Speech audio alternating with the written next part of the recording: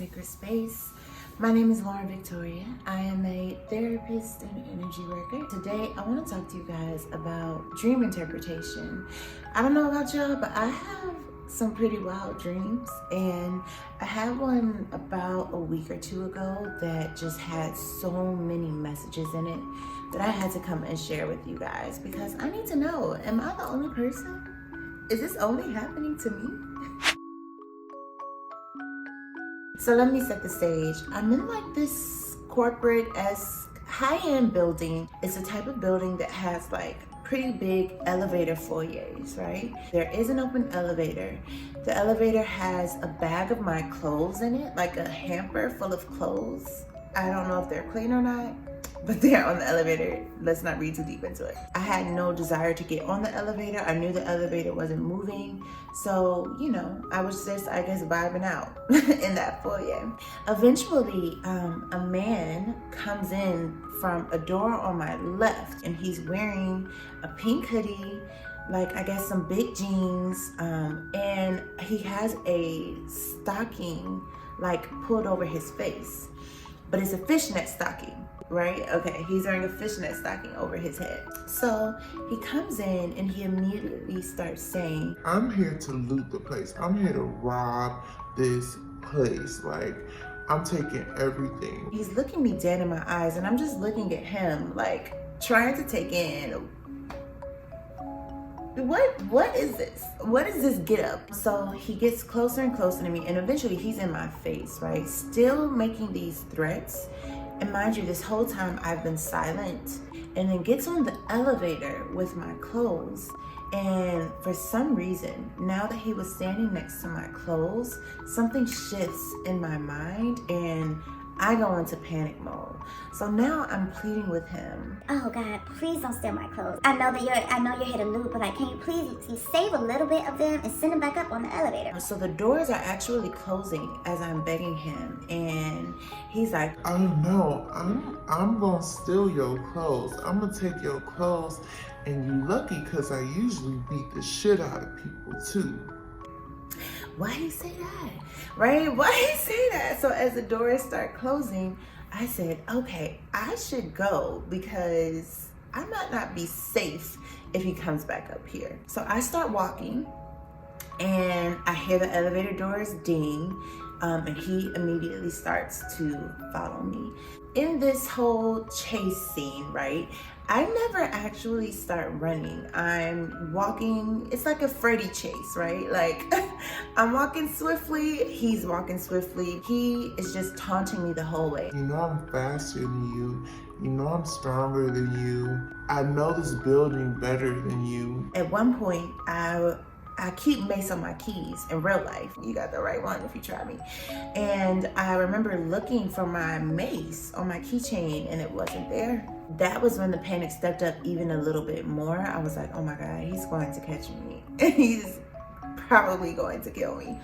I've never been in a fight in my life, y'all, side note. So like the idea of being hit, don't hit me. Like, I'm too grown.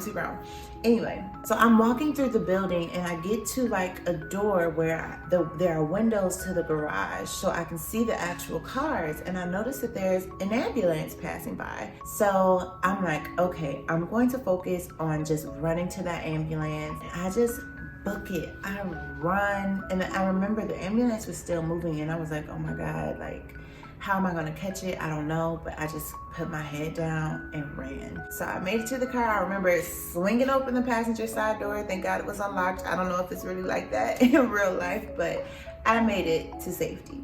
And that was the end of my dream. So now let's look at dream interpretation.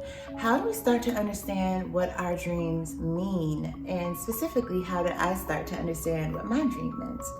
Of course, there are dozens, probably hundreds of theories around the world on how and why we dream. My take is largely psychological, understood through the lens of my educational background, as well as my spirituality.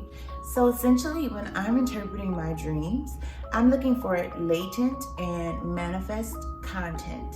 Now, I am not at any means means a professional in dream interpretation, but I have been interpreting my own dreams for years. And what I've found is that very often we get so caught up in the manifest content, that is every little detail of what we see and where we were and how we got there, where the latent is really, it's the meat and potatoes, guys. Like the manifest is the garnish, the feelings and the connection, the symbology is, for me at least, where I get the most information out of why I have dreamed what I did.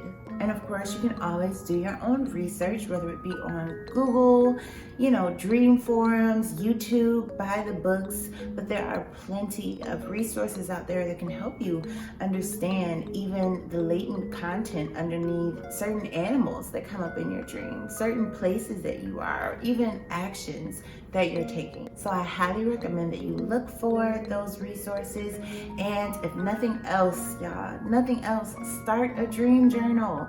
Start a dream journal. I'm talking to somebody because you've been thinking about it, but you have not gotten around to it. I'm telling you, just get you a sheet of paper, get you a little notebook, keep it by the bed, or you can even use your phone. There are plenty of dream journal apps. This is your sign, baby. Go ahead, get it done. All right, so let's get into the interpretation of my dream.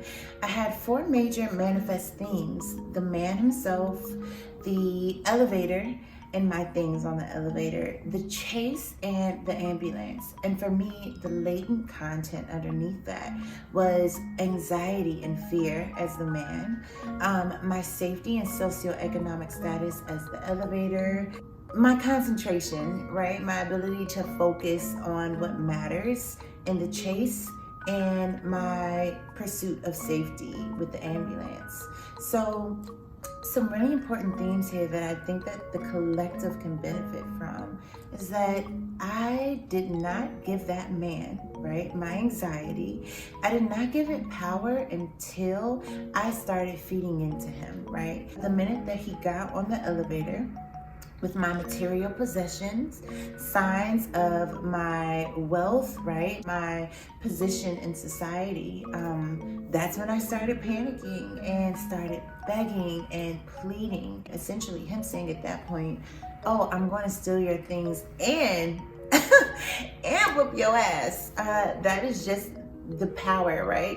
It goes to show how much more power we give things when we feed into our worries. So a big part of my, and this is me getting personal with you guys, a big source of my anxiety and fear is economic when it comes to where I stand. And I've often found myself being afraid of, like, will I be able to obtain wealth for myself and my family in the future? It's pretty ironic because I am literally confident in pretty much every other area of my life, except society tells us that by 30, you should have your life figured out.